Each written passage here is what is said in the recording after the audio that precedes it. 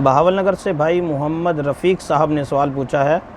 वो लिखते हैं कि हमारे इलाका में मुरव्वज है कि जिस औरत का खावंद फोत हो जाए तो वो अपने हाथ से चूड़ियाँ उतारती नहीं बल्कि तोड़ने को ज़रूरी समझती है।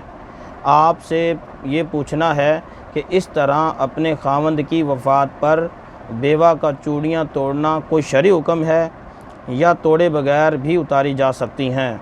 मोहम्मद रफ़ीक, बिल्कुल गलत बात है। शरीयत ने ऐसी कोई बात नहीं बताई, बल्कि शरीयत ने तो इसे मना किया। ये माल है, चूड़ियाँ माल होती हैं, माल को ज़ाया किया जाता है, जो गलत काम है। शरीयत ने ऐसा कोई तरीका नहीं बताया कि बेवा जब अपने खावंद की वफ़ात की जो ख़बर जब सुने तो वो ज़रूर चूड़ियाँ तोड़े। ये कोई तोड़ना वाजिब नहीं बल्कि उल्टा गलत है, इसे इज्तनाब किया जाए।